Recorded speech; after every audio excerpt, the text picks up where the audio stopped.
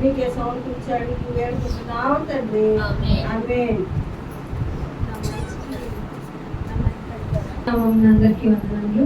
దేవుడు మిమ్మల్ని ఆధ్యాత్మిక జ్ఞానంతో నింపి ఆయన యొక్క చిత్తం ఏమిటో తెలుసుకునేలాగా మన మనోనేత్రాలు తెరవాలని అందరూ ప్రార్థనలో మిమ్మల్ని జ్ఞాపకం చేసుకుంటూ 3వ కూడికను దేవుడు దిగ్విజయంగా ఇక్కడ జరిపించడానికి పరిస్థితులన్నింటినీ అనుకూలపరిచిన విధానం బట్టి ఆయనకి స్తుతులు చెల్లిస్తూ వాక్యము యొక్క భాగంలోనికి వెళ్దాము.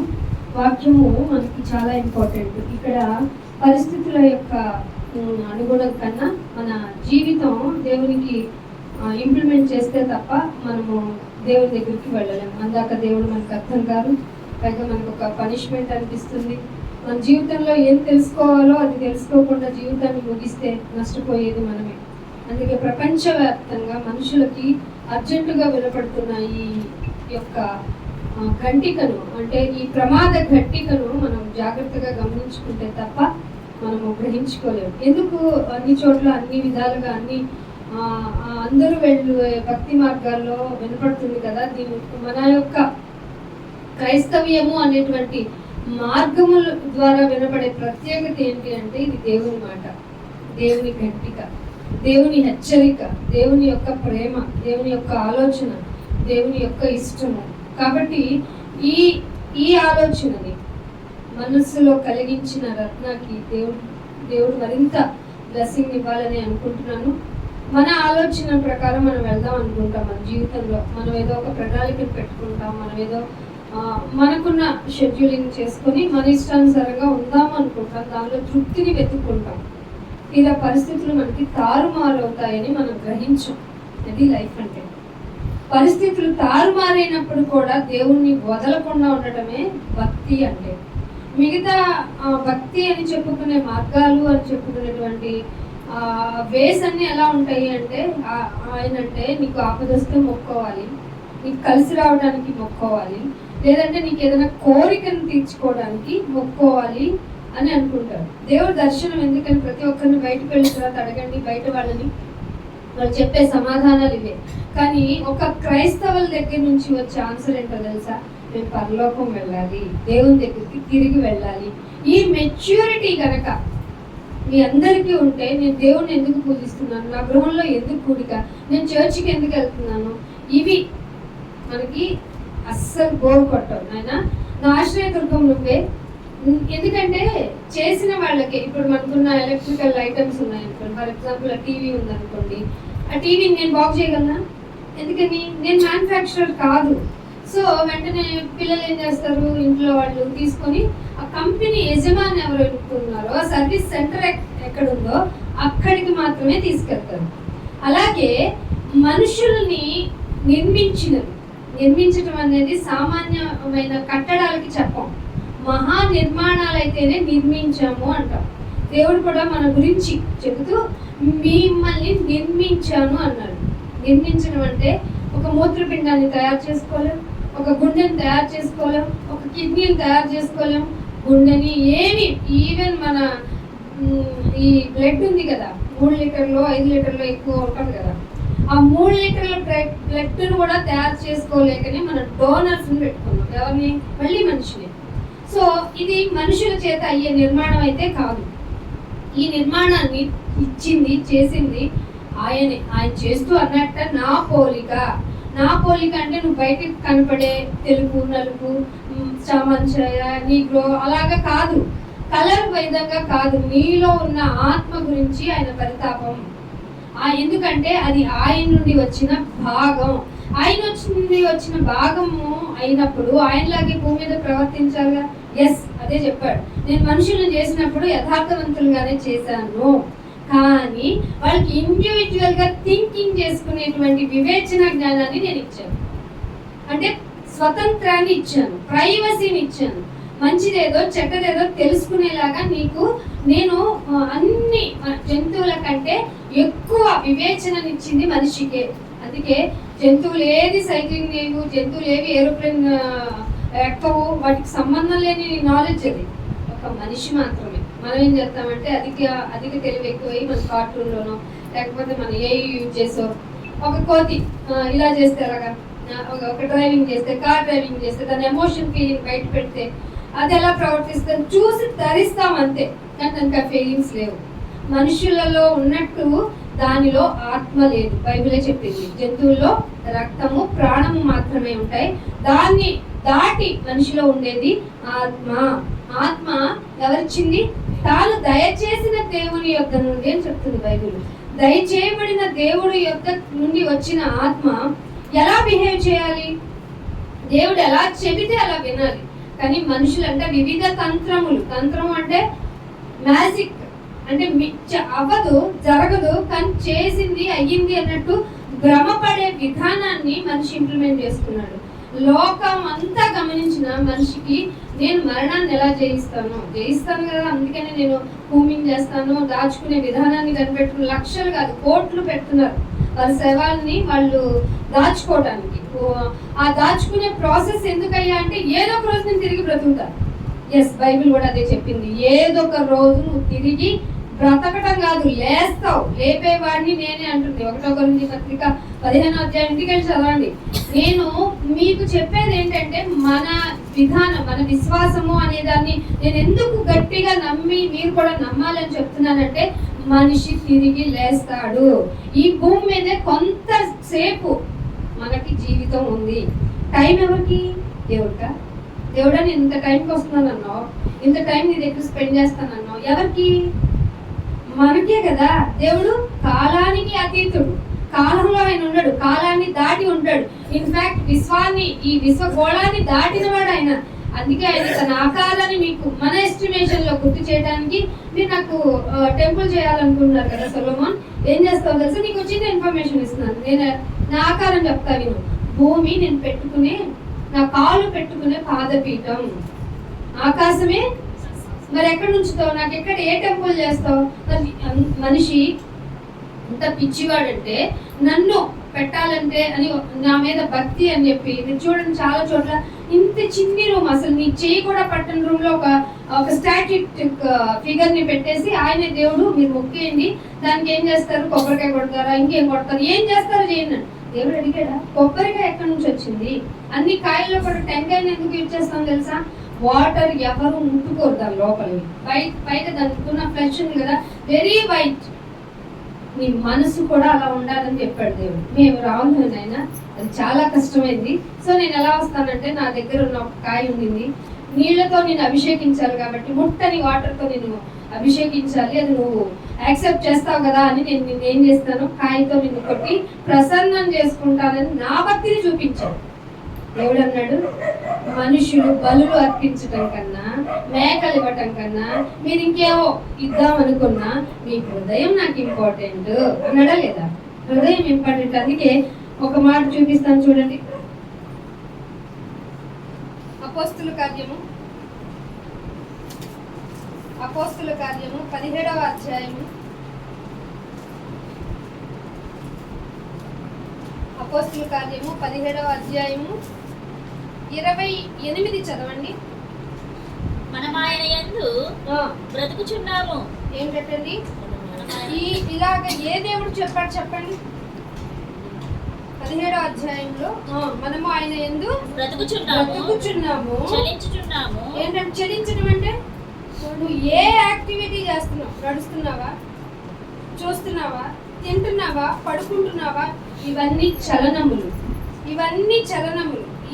మనము ఆయన యందు బ్రతుకుచున్నాము, ఆయన యందు చలించుచున్నాము, ఉనికి కలిగి ఉన్నాము. ఉనికి, ఇది ఏ మత గ్రంథం చెప్పదు. నువ్వు నా ఉనికివి, నా ఐడెంటిటీవి.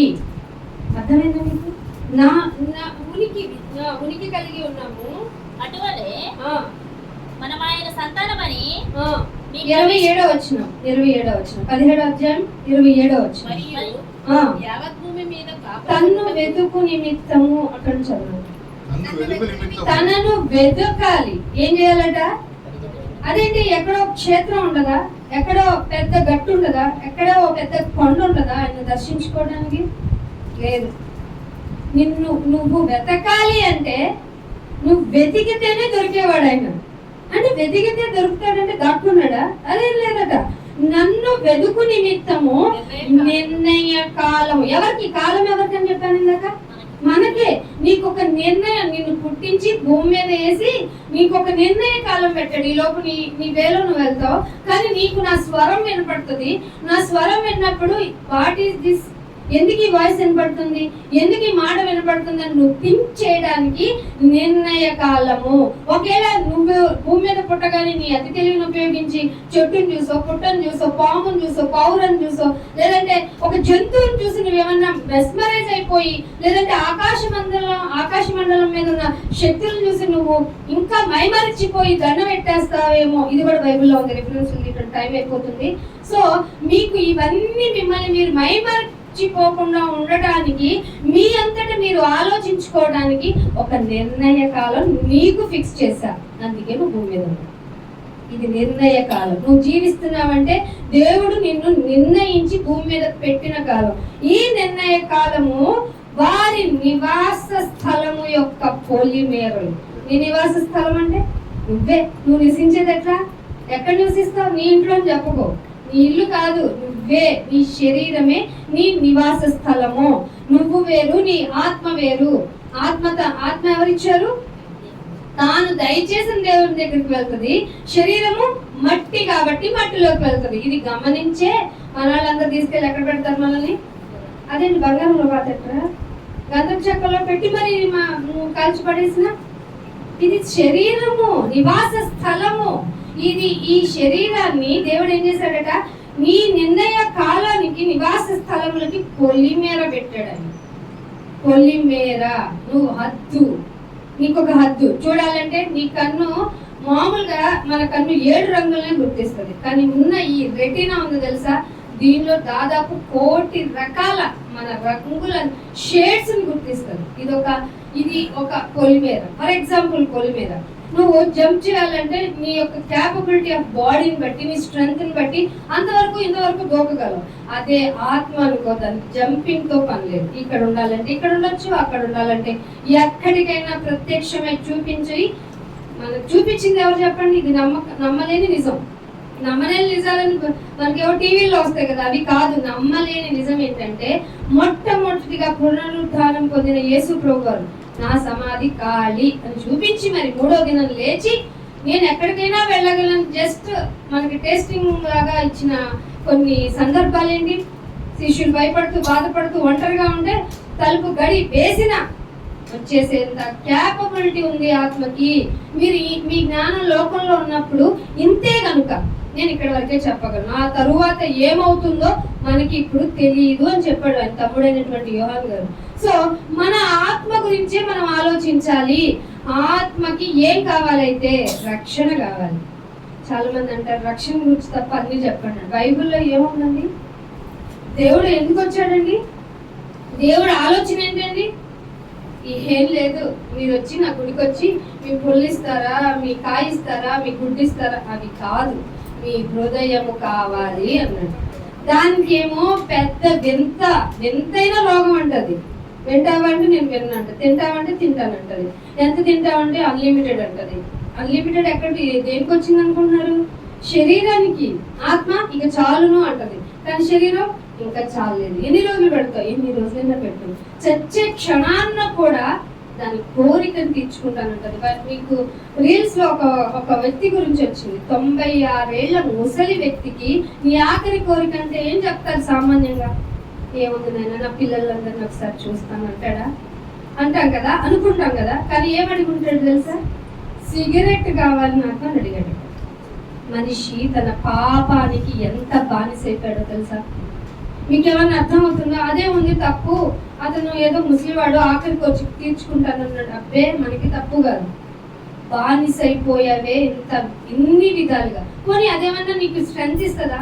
అప్పటికి 96వ సంవత్సరం వచ్చినా నువ్వు సిగరెట్ మానలేదు అంటే మూత్రపిండాలు, ఆ ఫిల్టర్స్, ఊపిరితిత్తులు ఏమైపోయి ఉంటాయి.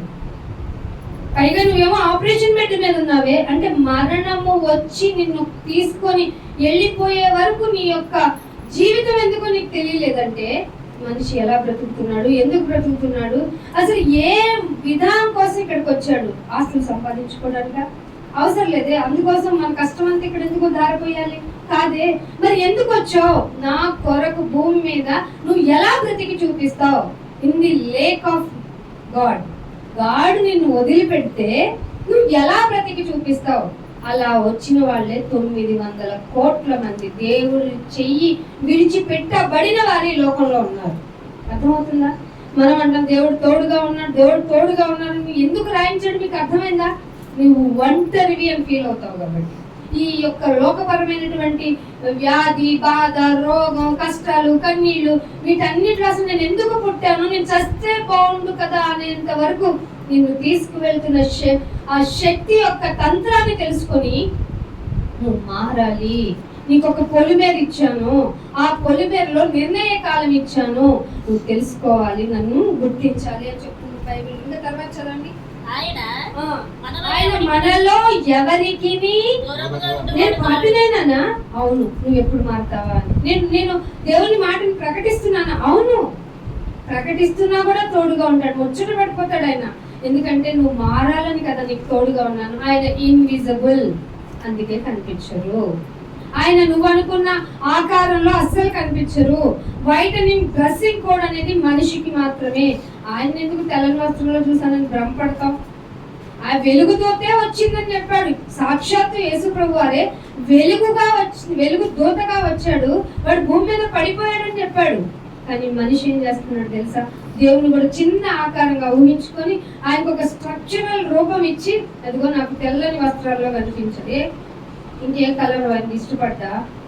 మనిషిని ఇలా భ్రమపరిచే వాళ్ళని మనుషుల్లో నుంచే తయారు చేసుకుని తన శక్తిగా వినియోగించుకుంటున్న సాతాను, దెయ్యము, ఘట సర్పం యొక్క తంత్రాలను మీకు తెలియచేయాలి. అందుకే ఈ మాటలు, అందుకే ఈ యొక్క కూడికలు, అందుకే మనం అసెంబ్ల్ అవుతున్నాం ఒకరినొకరు. మన ఇంట్లో మనకి చాలా పనులు ఉన్నాయి, మనం బయటకు వెళ్తే మన శరీరపరమైన ఎన్నో పనులు ఉన్నాయి. అవి కాదు అసలు ముఖ్యం. వాటిని సమన్వయించుకుంటూనే వాటిని మనం ఎలా షెడ్యూల్ చేసుకుంటామో మనకి ఇచ్చిన తెలివితో మనల్ని మనం ఏం చేసుకోవాలి? మేల్కొల్పుకుంటేనే ఆయన కొరకు ఇవ్వాలి. అంటే మరి ఇది దేవుని పని కదా. అనేక మంది ఇక్కడ అసెంబ్ల్ అవ్వాలంటే అవ్వరు. ఎవరైతే దేవుడు ఆకర్షిస్తారో వారు మాత్రమే ఆయన మాటలు వినటానికి ఇష్టపడతారు. అందుకనే మనం ఆయన ఎందుకు బ్రతుకుచున్నాం కదా.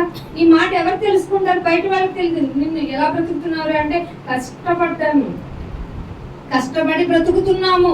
అడగండి, బయట ఎవరికి వెళ్ళినా మీరు భక్తులు అనుకున్న వాళ్ళని ఎవరి దగ్గరికి వెళ్ళి ఏంటి మీరు ఎలా బ్రతుకుతున్నారు, దేవుని దయ వల్ల అని చెప్పే వాళ్ళు మాత్రమే క్రైస్తవులు. అర్థమైందా? ఎందుకంటే దేవుడు దయ, ఎందుకంటే మనం ఆయన దయ లేదా ఆక్సిజన్ కూడా రాదు. మనకు తెలుసు, మనం బాగా కరోనా టైంలో ఏం చేసుకున్నాం? బాబు సిలిండర్ ఎక్కడ, ఆక్సిజన్ సిలిండర్ ఎక్కడ, ఆక్సిజన్ లేదంటే హాస్పిటల్లో ఎలా బ్రతికేస్తాం? అమ్మో మాకు చావుని అతి దగ్గరగా చూసిన బ్యాచ్లు మనం. ఎంత డేర్ఫుల్ బ్యాచ్ మనం కదా. ఇంకా పోతాం, ఇదిగో పక్కన వచ్చిందంట కరోనా, ఇక్కడ వచ్చిందంట, అక్కడ వచ్చిందంట. కొంపదీసి నేను దగ్గుతున్నాను, తుమ్ముతున్నాను, నాకేమైనా కరోనా వచ్చిందా, నాకు సప్లిమెంట్స్ లేవంట, అసలు దీనికి మందులే లేవంట, పోతానేమో అని మరణాన్ని అతి దగ్గరగా చూసిన మనకి దేవుడిచ్చిన కృపావరం. అందుకనే యోగ గ్రంథము 10వ అధ్యాయము 12వ వచనం చూడండి. ఏమని గ్రహించాడండి ఆయన? జీవము. ఇది ఎవరు జీవం ఇచ్చాను నేను, నన్ను నా బిడ్డను కాపాడుకున్నాను ఒక్క టెస్టిమోనియల్ చెప్పండి. జీవం ఇచ్చాను, నా తల్లిదండ్రులు కావాలంటే ఏవో ఆర్గన్స్ ఇచ్చి కొంతకాలం కాపాడుకోవచ్చు మనిషిని, కానీ జీవాన్ని ఇచ్చింది ఎవరు? జీవమును అనుగ్రహించి నా ఎడల కృప చూపితివి. ఏం చూపాడు ఆయన? నీ ఎడల రూపాయి ఇస్తే కాదు, జీవాన్ని ఇచ్చేసాడు. అది ఉంటే నువ్వు ఏదైనా సాధించవచ్చు కదా. అసలు నీకు జీవం ఉంటే అది అనుగ్రహిస్తే ఆయన నువ్వు ఇచ్చిన కృప చాలు కదా. నాకు జీవమును అనుగ్రహించి నా ఎడల కృప చూపితివి, సంరక్షణ చేత, మామూలు రక్షణ, టోటల్ రక్షణ ఇచ్చి నా ఆత్మను కాపాడితివి. అందుకు పెట్టుకుంది రత్నం 1 year యానివర్సరీ. శరీరపరమైన మేలులు జరిగాయని కాదు, ఏమిచ్చాడ? సంరక్షణ చేత, సురక్షితమైన రక్షణ చేత నా ఆత్మను కాపాడితి. ఎవరన్నా పెట్టుకున్నారు ఇలాగా? ఆత్మీయంగా నేను రక్షింపబడ్డాను, మేలు కాదండోయ్, ఆత్మీయంగా రక్షింపబడ్డాను. ఇది ఎంత పుణ్యకార్యమో తెలుసా? నాకు ఇచ్చిన పొలిమేర ప్రకారం, నాకు ఇచ్చిన నిర్ణయ కాలం ప్రకారం నిన్ను తెలుసుకున్నాను నాయన. తెలుసుకోకపోయి ఉంటే నాకు మరణం వచ్చేసేది కదా. అక్కడికి వెళ్ళిన తర్వాత నేను తత్తరపడిపోతాను కదా, తొట్టెళ్ళిపోతాను కదా. ఏమిటి ఇన్నాళ్ళు ఈ భూమి మీద నేను వృధా ప్రయాస గడిపానా, ఏంటినైనా ఒక హింట్ అన్నా ఇవ్వలేదు అని నేను అడగకుండానే నాకు చెప్పించడానికి, నాకు పక్కనే మందిరాలు, పక్కనే అసలు పక్కన కాదు మందిరమే నీ దగ్గరికి వచ్చింది. నువ్వు గ్రహించాలి కదా. అందుకే అంటున్నాడు, జీవమునను గ్రహించిన ఎడల కృప చూపావు. మీకు ఈ మాట ఎంత ఆనందాన్ని ఇవ్వాలో తెలుసా? రక్షింపబడిన వారైతే చాలా చాలా హ్యాపీ ఫీల్ అవుతారు. రక్షింపబడకపోతే ఆ కృపను మిస్ అవుతున్నారు. ఈ కృప విషయంలో మీరు మీకు మీరే ఉగ్రతను కలగజేసుకున్నట్టు. పైగా సంరక్షణ చేతన ఆత్మను కాపాడితివి అంటున్నాడు. ఇంకొక మాట చూపిస్తాను చూడండి. ఇర్మియా గ్రంథము 17వ అధ్యాయము. ఇర్మియా గ్రంథము 17వ అధ్యాయం తీయండి. 9వ వచనం మీ అందరికి తెలిసిందే. 17:9. హృదయము అన్నిటికంటే ఏదటండి? ఏది మోసకరమైనది? హృదయం మోసకరమైనది. మనమేమన్నా, నా బంధువులు ఎంత మోసం, నా భర్త ఎంత మోసం చేశారు, నా భార్య ఎంత మోసం, నా స్నేహితుడు ఎంత. అయ్యో, మనం గ్రహించుకోవాల్సింది ఏంటో తెలుసా? రక్షణ విలువ తెలిసిన వాళ్ళు ముఖ్యంగా గుర్తుంచుకోవాల్సింది ఏంటో తెలుసా? రక్షింపబడాలి అనుకునే వాళ్ళు ముఖ్యంగా గుర్తుంచుకోవాల్సింది ఏంటో తెలుసా? హృదయం యొక్క డిసీజ్ గురించి. ఈ వ్యాధి పరమ అంటూ వ్యాధి. నిజం. నీ ఫ్రెండ్తో వెళ్ళు, నేను ప్రార్థనకి వెళ్ళొస్తాను అని చెప్పు. ఏంట్రా ఎప్పుడు మాలేవరా, ఇదేంట్రా కొత్తగా అంటారు. అదే నాన్న అటు వెళ్ళి ఒక టూర్ వేసి వద్దాం, ఇటు వెళ్ళి ఒక మ్యాప్ వేసి వద్దాం, లేదంటే ఒక సిట్టింగ్ వేసి వద్దాం, ఇలాను రారా నేను ఇస్తాను, నేను షేర్ చేసుకుంటా అంటారు. లోకం అంత చెడ్డది, అంత హృదయంలో డిసీజ్ ఉంది. అందుకే ముందే రాయించిన దేవుడు, హృదయము అన్నిటికంటే, ఏది చెప్తావు నువ్వు, దాని అన్నిటికంటే ఘోరమైనది, అన్నిటికంటే ఘోరమైనది, అది ఘోరమైన ముందు అన్నిటికంటే మోసమైనది. ఏంటిదట? మోసమైనది. నువ్వంటావు వాళ్ళు మోసం చేశారు, వీళ్ళు మోసం చేశారు, వీళ్ళు అబద్ధికులు, వాళ్ళు మోసమైన వాడు అని. మనం పర్టికులర్ గా ఒక పర్సన్ గురించి అస్సలు మాట్లాడుకోకూడదు. మనమే మోసం. అసలు హృదయం అంటేనే మోసకరమైంది. అది ఒకప్పుడు ఒకలా మాట్లాడుతుంది, ఇంకొకప్పుడు ఇంకోలా మాట్లాడుతుంది. అవసరం ఉంటే ఒకలాగా, లేకపోతే అవసరం తీరాక ఇంకొకలాగా. అసలు మనిషిని నమ్మకూడదు అని ఎవరు చెప్పారనుకుంటున్నారు? మనిషిని తయారు చేసిన దేవుడే, మనుషులు తయారు చేసిన దేవుడే. ఎందుకంటే మోసం చేసేసుకున్నాడు వివిధ తంత్రాలు పెట్టుకొని. మోసకరమైనది, వ్యాధి గలది. మీరు గ్రహించారా? గ్రహింపగలవాడు ఎవడు? గ్రహించిన వాడే రక్షణ ఎంత విలువైందో తెలుసుకుంటాడు. సంరక్షించింది నా ఆత్మన నాయన అని చక్కగా సంతోషంతో హృదయంలో గంతులు వేస్తాడు. ఆ రక్షణానందం మనుషులకు వివరించేది కాదు, మనుషులకు చెప్పినా అర్థం కాదు. ఎందుకంటే హృదయం కఠినమైనది. పైగా అది అన్నాడు, అది రాయి. దాన్ని నా దగ్గరకు వస్తేనే దాన్ని మాంసపు ముద్దగా మార్చగలను. మాంసము ముద్దగా మారుస్తానంటే సెన్సిబిలిటీని ఇస్తాను, సెన్సింగ్ ఇస్తాను. అయ్యో, ఒక వ్యక్తి ఇలా బాధపడుతున్నాడు అంటే, ఒక వ్యక్తి ఇలా ఇబ్బంది పెడుతున్నాడంటే, ఇంత కఠిన హృదయుడిగా ఉన్నాడంటే వాడికి రక్షణ లేదు. వాడు రక్షింపబడ్డాడు అంటే వాడి మనసు నెత్తదైపోద్ది, మాంసము లాగా అయిపోద్ది. మాంసానికే కదా బాధ, కన్నీళ్లు, ఏడుపు, దుఃఖము, బహురోధన. సో ఆ మాంసపు గుండెని ఇస్తానన్న దేవుడు నీకు ఎందుకు ఇస్తానన్నాడు తెలుసా? ప్రతి సెన్సిబిలిటీని నేర్చుకుంటావని. కానీ ఇది లేకుండా అసలు ఆ రాతి గుండెనే పెట్టుకుని దేవుడు ఎక్కడ ఉన్నాడు అనే వాళ్ళ సంఖ్య ఉంది. కాబట్టి అసలు గ్రహించే వాళ్ళు ఉన్నారా? దేవుడు అడుగుతున్న క్వశ్చన్, గ్రహించే వాళ్ళు ఉన్నారా? ఒకని ప్రవర్తనను బట్టి, 10వ వచనం, ఒకని ప్రవర్తనను బట్టి. ఏ గ్రంథాలు చెప్పండి, నీ ప్రవర్తనను బట్టి నీకు జడ్జిమెంట్ అని. నాయన నీ ప్రవర్తన నాకు ఇంపార్టెంట్ కాదు, నువ్వు ఇచ్చేది నాకు ఇంపార్టెంట్ అంటే వేల కోట్ల రూపాయలైనా ఇవ్వడానికి మనిషి ఇష్టపడుతున్నాడు, కానీ తన బుద్ధిని మార్చుకోవట్ల, తన ప్రవర్తనని మార్చుకోవట్ల. అందుకే ఎన్ని గుళ్ళకి వెళ్ళినా, ఎన్ని మందిరాలు కానీ, ఎన్ని చర్చిలు కానీ వెళ్ళినా కానీ మనిషి మారటల్లా. దేవుడు ఏం చెప్పాడు? నీ ప్రవర్తనను బట్టి వాని క్రియల ఫలము చెప్పునా. ఏంటట? ప్రవర్తన ద్వారా వచ్చే క్రియలు ఉన్నాయి కదా, ముందు నువ్వు సరిగ్గా ప్రవర్తించడం నేర్చుకుంటే నీ క్రియలు బాగుంటాయి. అప్పుడు నేను ఎవరు జడ్జ్ చేయక్కర్లా, ఎవరు నిన్ను రూల్ చేయక్కర్లా. నీవు నీ దేవునితో మాట్లాడుకుంటూ ముందుకు సాగిపోతావు అంతే. అందుకే అంటున్నాడు, ప్రవర్తనను బట్టి వాని క్రియల ఫలము చెప్పి ఏం చేస్తానన్నాడు ఆయన? ప్రతీకారం ఉంది. అర్థమవుతుందా మీకు? ప్రతీకారం ఉంది. రక్షణ ఎందుకు ఇంపార్టెంట్ అర్థమవుతుందా? మార్చుకోకపోతే మనసుని దేవుడు ప్రతీకారం చూపుతాడు. దేవుడు ప్రతీకారం చూపుతాను, నా పేరు యెహోవా అనగా ఇదేదో హైబ్రూ వర్డ్, మనకు సంబంధం లేదు, అసలు ఈ గ్రంథమే కొట్టేయాలి, మనది కాదనకండి. యెహోవా అనగా హీబ్రూ ట్రాన్స్లేషన్ చేస్తే ఉన్నవాడనైన దేవుడను. నేనేం చేస్తానో తెలుసా? హృదయములను పరిశోధిస్తాను. అర్థమైందా?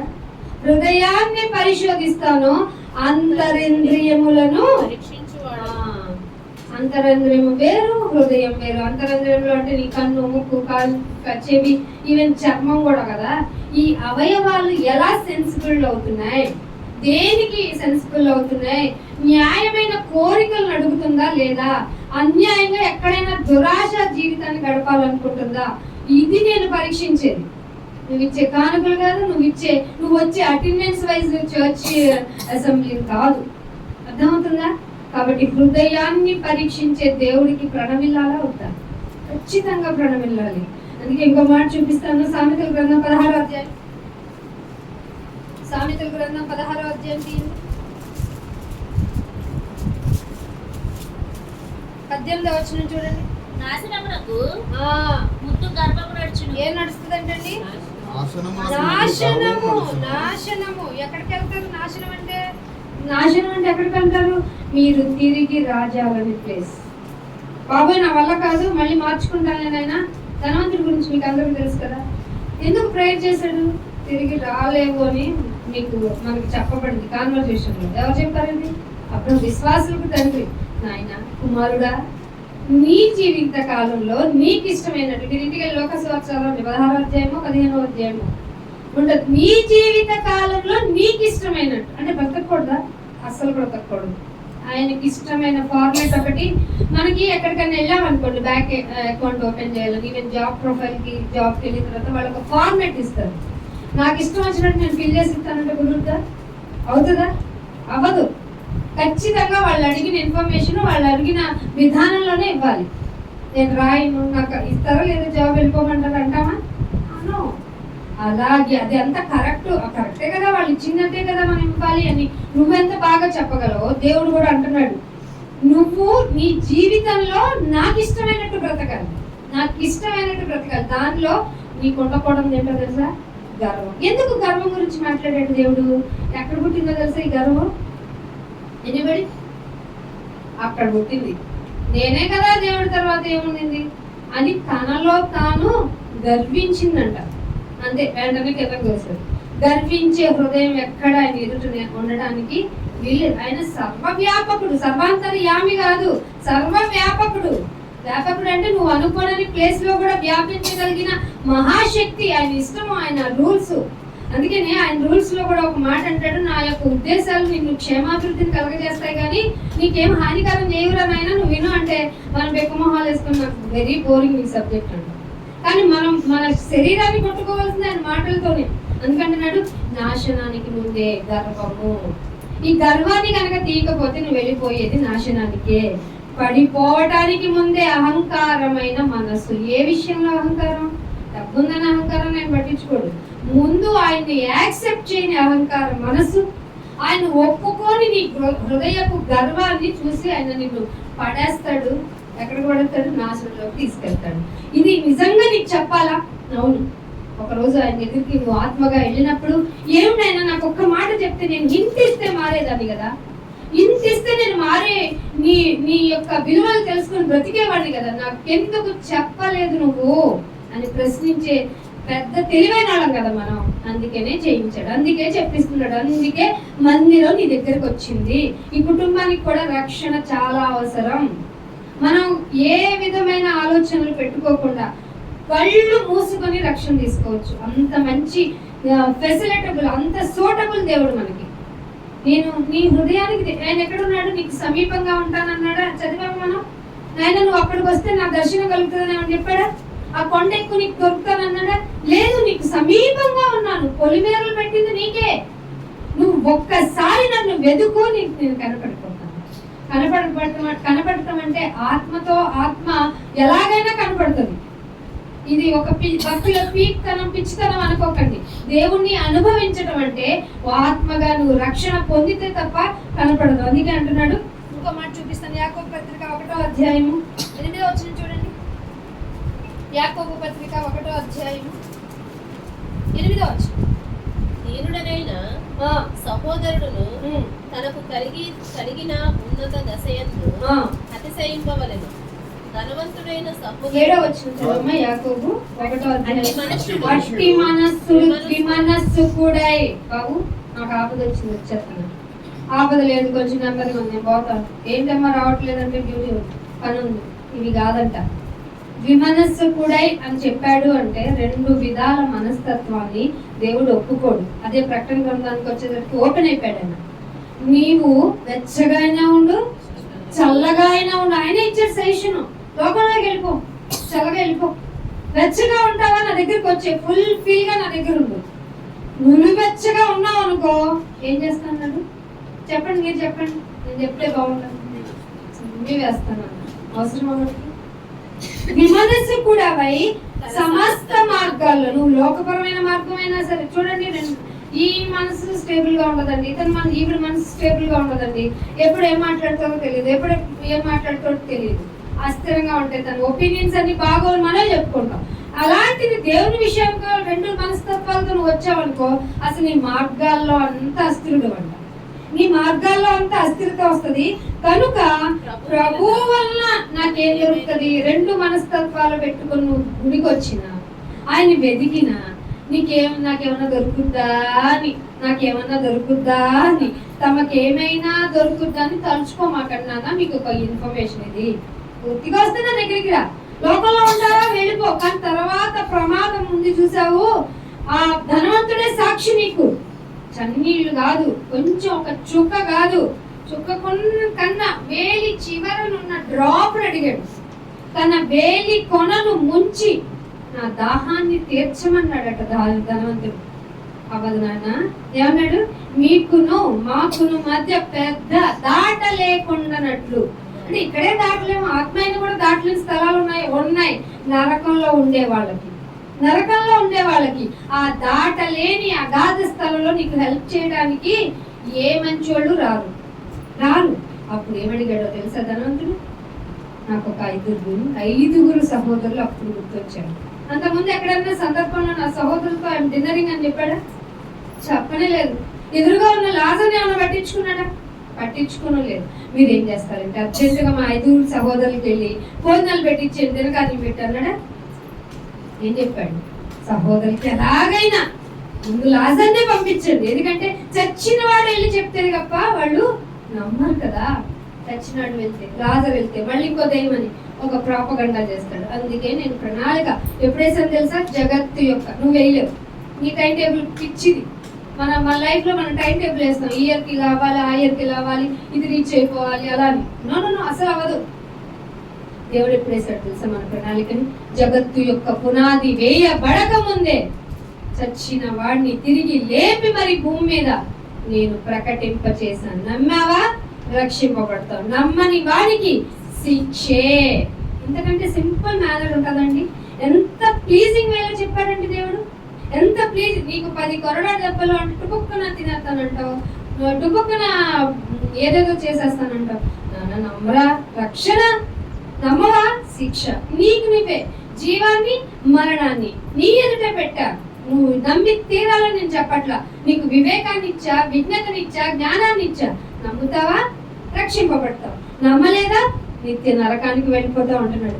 సమస్త మార్గాల్లో అస్థిరుడైన వాడికంట మత్తయి సువార్త 5వ అధ్యాయంలో ఒక మాట చెప్తున్నాడు చూడండి. ముగింపుకి వచ్చేసాను. మత్తయి సువార్త 5వ అధ్యాయము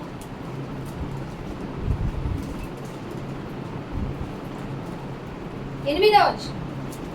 5వ అధ్యాయము. ఏ శుద్ధి గలవారు ఏ శుద్ధి అండి? కుటుంబం శుద్ధి కాదు, నీ బాడీ శుద్ధి కాదు, అసలు పట్టించుకోడు, నీకు తెలియదు ఇవన్నీ. హృదయం శుద్ధిగా ఉంటాడు, ఆయన దానిలో ఉంటాడు కనుక.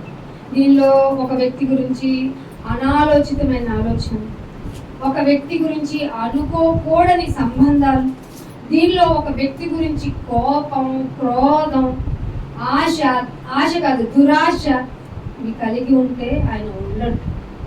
అందుకే హృదయ శుద్ధి గలవారు వాళ్ళు ఎవరిని చెప్తారు? పిఎం కాదు, సాక్షాత్తు. అస్సలు నమ్మబుద్ధి కాదు కదా. అనుభవించండి. నేను ఒకరోజు నేను చూస్తాను. ఆ నిరీక్షణ నిన్ను ఏం చేస్తుంది? సిగ్గు పరచదు. మనం చాలా విషయాల్లో అవుతుంది అనుకుని సిగ్గుపడిపోయాం, బాధపడిపోయాం, షేమ్ అయిపోయాం. కానీ ఆయన యందు మంచి హృదయం కలిగి, శుద్ధ హృదయం కలిగి ఉండు. వన్ డే ఆయన చూస్తాం. ఇదే నిరీక్షణ. నేను ఎప్పటికీ చూస్తాను నిన్ను. ఈ విధానంలో నీ లైఫ్ ని ఇంప్లిమెంట్ చేసుకుని జీవితాన్ని కొనసాగించు. నీకు దేన్ని లోడ్ చేయడం. అదే చెప్పాడు ఆయన. ఆకాశ పక్షం చూడండి, ఆ మాట చూపిస్తాను చూడండి. మత్తయి సువార్తలోనే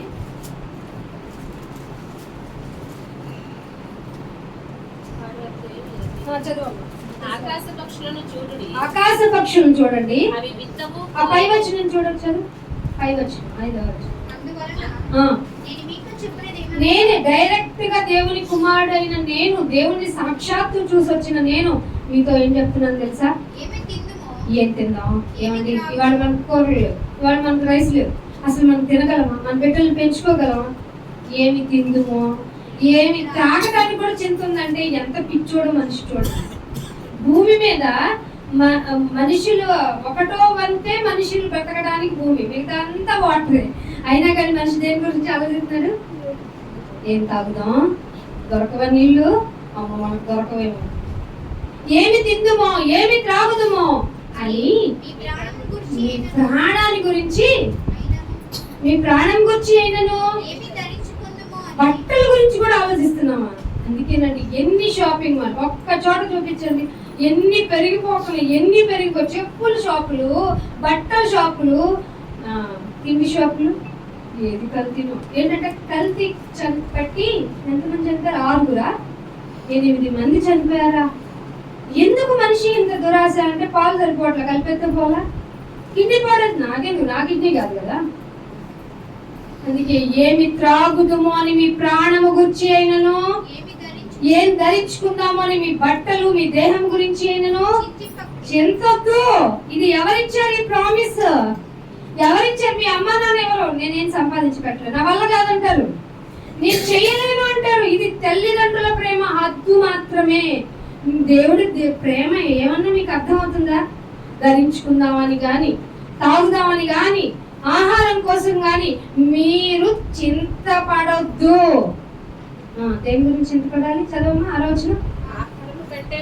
ఆహారము కంటే మీ ప్రాణం ఇంపార్టెంట్. ఆ ప్రాణాన్ని కాపాడుతుంది ఎవరు? ప్రాణాన్ని కాపాడుతున్నారు. డాక్టర్ దగ్గరికి వెళ్తే వస్తుంది అనుకున్న భ్రమ అది. ఆ డాక్టర్లే చెప్తున్నారు మా వల్ల కాదు, మా చేతనైనంత చేసాం, మాకు మా చేతుల్లో ఏం లేదండి. ఆ పై వాడిని వేడుకోండి. డైలాగులు వినలేదా? సినిమా డైలాగ్ మాత్రం లాగా అనిపించింది కదా, కానీ ఇది నిజమే. వాళ్ళు చెప్పింది నిజమే. వాళ్ళ చేతుల్లో ఏముండదు. ఏమన్నాడో తెలుసా? ఆహారము కంటే ప్రాణమును, వస్త్రము కంటే నీ దేహం బాగుండాలి. నీ దేహాన్ని నువ్వు నడుస్తున్నావంటే ఎవరిచ్చారు? ఛాన్స్ ఎవరిచ్చారు? నువ్వు చేతులు కదులుతున్నావు ఛాన్స్ ఎవరిచ్చారు? నువ్వు చూస్తున్నావంటే ఎవరిచ్చారు? ఎవరు? లోకంలో ఎవరు ఇవ్వాల? నేను.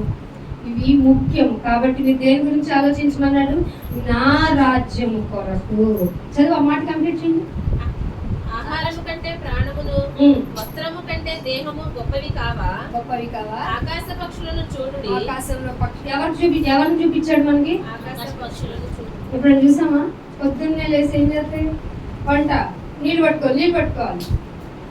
ఇంకా దాన్ని దాచేసుకోవాలి. ఈ బస్తా తీసుకెళ్ళి ఆ గోడంలో పెట్టాలి, ఆ గోడంలో బస్తా తెచ్చి కిచెన్ లో పెట్టుకోవాలి. ఇలా ఉన్నాయా? కూరగాయలు ఆర్గానిక్ ఎక్కడ? అసలు ఏ చెట్టు మీద చూసినా వీళ్ళు ఫెర్టిలైజర్లు వేసేస్తున్నారు అని ఏమన్నా చింతిస్తున్నాయా? ఆకాశ పక్షులను చూడండి. అందుకే దేవుడు ఎప్పుడు చెప్తాడు, మీరు ప్రకృతిని చూడండి. నేను ఎంత పెద్దవాడినో తెలుస్తుంది, నేను ఎంత మహాత్ముడో తెలుస్తుంది. మహాత్ముడు అనేది కూడా చిన్న మాటే. ఆకాశ పక్షులను చూడండి, విత్తవు, కొయ్యవు, కొట్లలో కూడా పెట్టుకోవురా నాన్న, నేను వాటినే పోషిస్తున్నాను కదా. మీరు వాటికంటే, పక్షుల కంటే కూడా మనం ఇంకా పిచ్చోడమా? మనిషి ఎంత దిగజారి ఆలోచిస్తున్నాడు. వాటికంటే మీరు మన శ్రేష్ఠులం కాదని మనం అనుకుని మన గురించి ఎంత పడుతున్నాం. అందుకే దేవుడు అంటున్నాడు, నా వైపు చూడు, హృదయం మార్చుకో, నిర్ణయ కాలం ఉంది, త్వరగా మేల్కో అంటున్నాడు.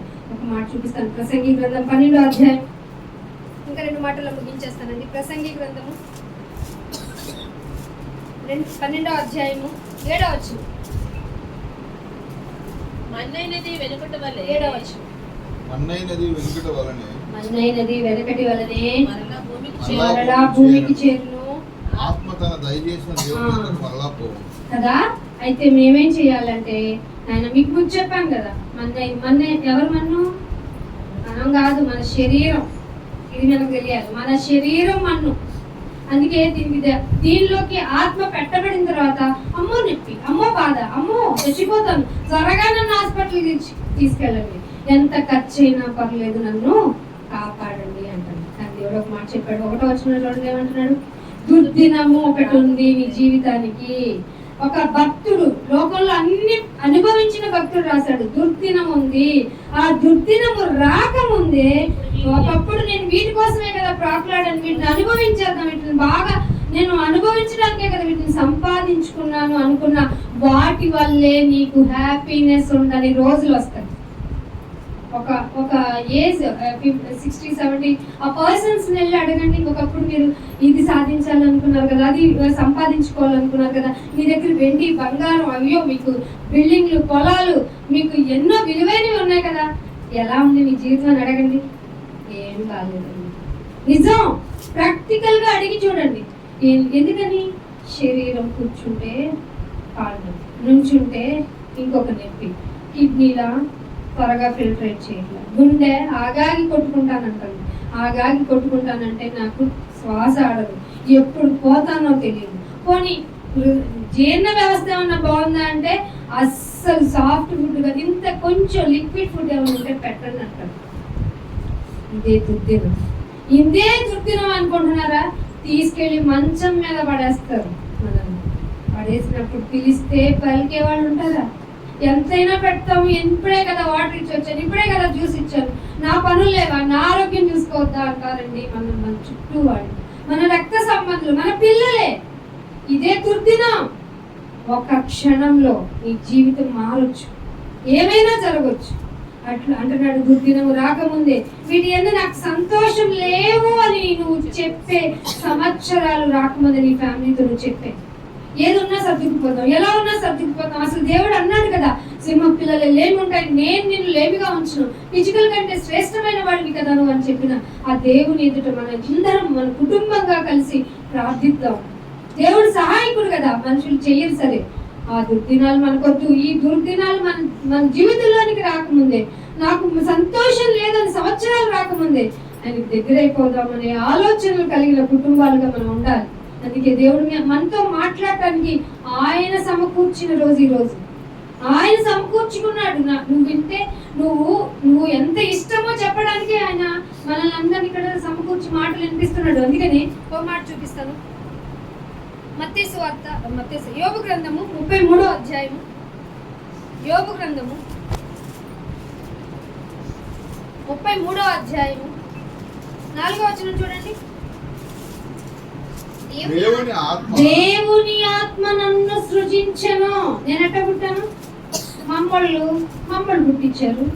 మమ్మల్ని ఎవరు పుట్టించారు? వాళ్ళ అమ్మవాళ్ళు. ఇలా పోతే సైంటిస్ట్ ఫ్రెండ్స్ ఏం చెప్పాడు తెలుసా? ఒక స్త్రీ నుండి మనుషులు అందరూ. బైబిల్ ఎక్కడ తెలుసా? 17వ అధ్యాయం అపోస్తలులంతా చూడండి, ఒక మనుషుని. ఇది ఎదిగి మొట్టమొదటిగా రాయబడిన గ్రంథం యోబు గ్రంథం. ఆ భక్తుడు ఏం చెప్పాడు తెలుసా? ఆయనకు అన్నీ ఉన్నాయండో, ఏం తక్కువ కాదు. కానీ 1 డే రివర్స్ అయింది ప్రోగ్రామ్ మొత్తం. వైఫ్ కూడా ఎందుకు దూషిస్తే అయిపోతుంది కదా, నీ ప్రాణం పోతుంది కదా, ఈ బాధ నేను చూడలేకపోతున్నాను, నువ్వు వెళ్ళేమో దురదలని, గాయాలని, రసని ఆ బూడిదలో కూర్చొని చిల్ల పెంకుతో గీక్కుంటున్నావా? ఫుడ్ వెళ్ళదు కదా. సో నేను ఏం చెప్తున్నానంటే చిన్న సజెషన్ ఇస్తున్నా, దూషించి చచ్చిపోవచ్చుగా. అంటే యోబు గారు ఏమన్నాడంటే, నన్ను కాపాడింది, నన్ను క్రియేట్ చేసింది, నన్ను నిర్మించింది దేవుని ఆత్మ. గర్వంగా చెప్పుకోండి, దేవుడు లేడు కాదు, దేవుడు ఉన్నాడు కాబట్టే ఫార్మేటెడ్ లైఫ్ ఉండింది మనిషికి. 2 కళ్ళు, నాకు 1 కన్ను ఉండొచ్చుగా, లేదు నాకు 4 కళ్ళు ఉండొచ్చుగా, 2 చేతులు ఎందుకు, 4 చేతులు ఉంటే ఇంకా పని చేసుకుంటా కదా, 2 కాళ్ళు ఎందుకు, ఇంకా హ్యాపీగా ఫాస్ట్ గా వెళ్తాగా 4 కాళ్ళతో, 5,000 ఎందుకు, 1 జీర్ణ వ్యవస్థ ఎందుకు, నా ఆశ ఎక్కువ కదా, 2 జీర్ణ వ్యవస్థ, 2 మిక్సీలు తిరుగుతాయి కదా, ఇంకా ఎక్కువ తింటాను కదా. నో, ఇది నీ ఊహ. దేవుడు ఒక వ్యక్తి, ఒక శక్తి అనుకున్నాడు కాబట్టి అందరి బ్లడ్ ఒకటే, అందరి బ్లడ్ ఒకటే. అంది కలర్ కూడా రెడ్డే, ఒక బ్లూ కలర్, కొన్ని జంతువులు కనిపెట్టాడు, ఒక బ్లూ కలర్ అనో లేకపోతే అసలు కలర్ లేనో ఏం పెట్టలా. నీ మనిషి అంటేనే ప్రాణము, ఆ ప్రాణానికి ఉన్న కలర్ ఏంటో తెలుసా, ఈ రెడ్ కలరు. దేవుని ఆత్మ నన్ను సృజించెను, సర్వశక్తుని యొక్క శ్వాస నాకు ఎప్పుడు రాశాడండి, ఆదికాండంలో మాట ఇది. సర్వశక్తుని యొక్క శ్వాస నాకు జీవాన్నిచ్చింది. ఒకవేళ కావాలని నేను తీసేసుకుంటే శరీరులందరూ ఒక్కసారి చచ్చిపోతారు. ఇప్పుడు ఉందా లేదా కృప? ఆలోచించండి. ఆయన కృపను నిర్లక్ష్యం చేయకండి. ఆయన ఇచ్చిన కృపని ఆయన దొరికిన సమయంలో వినియోగించుకుంటే జీవ కిరీటం మీదే. అందుకే నేను లాస్ట్ ఒక మాట చూసి చూపిస్తాను. ఎఫెసీయులకు రాసిన పత్రిక 5వ అధ్యాయం. ఎఫెసీయులకు రాసిన పత్రిక, ఇంకా చాలా మాటలు ఉన్నాయి, 2వ ప్రసంగం ఉంది కాబట్టి మీకు ముగించేస్తున్నాను ఎంత అవసరమో. ఎఫెసీయులు 5వ అధ్యాయం 5వ వచనం. అందుకే నీ జీవితంలో ఏమనకూడదు తెలుసా? వ్యభిచారం అంటే ఏమనుకున్నారు? అమ్మాయితో వెళ్ళి అబ్బాయితో వెళ్ళి సాంగత్యం ఒకటే వ్యభిచారమా? అది దానికి పరమశిక్ష దేవుడు ఉన్నాడు. దానికి మించింది ఏంటో తెలుసా? నిజ దేవుడునైనా ఆయన్ని ఒప్పుకోకుండా లోకంలో ఉన్నవన్నీ మంచోళ్ళే, అందరూ మమ మమ మమ అనుకునే వాళ్ళే, అందరూ ఒకటే కదా. అయితే హెడ్ డ్రాప్స్ ఎందుకు, నాజిల్ డ్రాప్స్ ఎందుకు? అన్ని నదులు వెళ్ళి అంట ఎక్కడికి వస్తాయంట, సముద్రంలో కలవాలి. కానీ అన్ని దేవుళ్ళ దగ్గరికి వెళ్ళి నేను తల్లోకి వెళ్ళిపోతానంటే కుదరదు. అన్ని దేవుళ్ళు దేవుడు ఏర్పరిచిన మార్గం కాదు. ఇక్కడ దేవుడు ఏర్పాటు చేసిన మార్గమే క్రైస్తవ మార్గం. ఈ మార్గంలో దేవుడు ఏం చెప్పాడు తెలుసా? నువ్వు మారు మనస్సు. ఎందుకని? హృదయం చెడ్డది, రాయి, అందుకని మార్చుకోవాలి. మారు మనస్సు. కాబట్టి ఐ యామ్ ది వే ఏమని చెప్పాడు? నేను అనలేదండి బాబు. క్రైస్తవ్యంతో వచ్చిన తిప్పలు ఇవే. చాలా మందికి నచ్చదు క్రైస్తవం. నేను అని చెప్పొచ్చు కదా, మేము కూడా హ్యాపీ ఫీల్. నో, ఎందుకు చెప్తాడు? ఆయన కూడా మా నాన్న అంటే నన్ను మీరేం చెప్తారు చెప్పండి? ఎంత దరిద్రంగా ఉంది మాట వినటానికి. ఆయనే మై ఫాదర్, ఆయనే మన జీవకుడు, జీవం ఇచ్చిన వాడు. ఇంత బాగా చెప్పుకోవాలి క్రైస్తవ్యం అంటే. ఇది కదా గొప్పతనం అంటే. క్రైస్తవ్యాన్ని వదిలిపెట్టి వేరే మార్గాలకు వెళ్తామంటే మన హృదయం ఎంత చెడిపోయిన హృదయం అండి. దేవుడు ఎంత ఛాన్స్ ఇస్తే అంత కఠినమైపోయిందండి. అంత కఠినమైపోతే నీకు పనిష్మెంట్ ఉండదా? అందుకే అంటున్నాడు, నీకు వ్యభిచారం ఉండకూడదు. అపవిత్రత అంటే దేవుడిని వద్దు అన్నది ఏం చేసినా అపవిత్రతే. ఆజ్ఞను అతిక్రమించడమే పాపం. ఆ పాపమే అపవిత్రత. అపవిత్రత అయినను, విగ్రహారాధన అయినను, లోభతనం. లోభి అంటే దురాశ, ఆశ కాదు దురాశ. లోభతత్వం అంటే నేను అనుకున్నాను కంజూస్ ఫెలో సార్, అదైతే ఉంది మంచిదే కాదంట. లోభతత్వము, లోభి అంటే దురాశ. దురాశ ఏం చేస్తుంది తెలుసండి? గర్భం ధరించేస్తుంది. 9 నెలలు అయిన తర్వాత ఏం చేస్తుంది? పాపాన్ని కనేస్తుంది. పాపం పరిపక్వమై మరణానికి ఎక్కువ. ఎంత ఈజీగా చూడండి మనిషికి చనిపోవడం. అందుకే లోభతత్వము లేనివాడై క్రీస్తు యొక్క యేసుక్రీస్తు యొక్క రాజ్యమునకు హక్కుదారులు కాలేరు. ఇవి మార్చుకోవాలి మన జీవితంలో. ఇవి చేయని నాడు, ఇవి దొరకని నాడు, వీటిని పాటించినాడు నువ్వు బయట ఉండడం. కానీ దేవుడి ప్రేమ నిన్ను ఎల్లప్పుడూ కాచి కాపాడుతుందంటే ఆయనకు రుణపడవా? ఆయన అర్థం చేసుకోవా? రక్షణ అవసరమైన ఈ కుటుంబాలకు కూడా నేను అదే చెప్తున్నాను. మారాలి. మారితేనే మనలో మార్పు కనిపిస్తుంది. ఆ మార్పు నీ కుటుంబాలకు ఆశీర్వాదం అవుతుంది. దేవుని కొరకు బ్రతికి చూపించాలి. లోకం కోసం బ్రతికి చూపించడం ఏంటండి? లోకము దాని ఆశ గతించిపోతాయి. ఆ గతించిపోయే లోకాన్ని మనం పట్టుకొని ప్రోకలాడేది.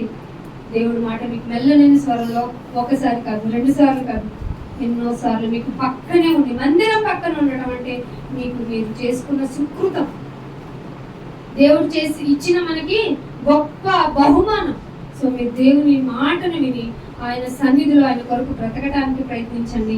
ఈ ఆత్మ రక్షణ అనే ఆనందాన్ని అనుభవించడానికి 3 వారాలు పెట్టుకుని కుటుంబానికి మరింత ఆశీర్వాదాలు రావాలని, దేవుని యొక్క ఆశీర్వాదాలతో ఈ కుటుంబం ఒక ఎగ్జాంపుల్ గా మందిరానికి కూడా కనబడాలని కోరుకుంటూ ఇంతటితో నా మాటలు ముగిస్తున్నాను. చిన్న ప్రార్థన. తండ్రి, ఎంత వందనాలు చెల్లించుకుంటున్నాను.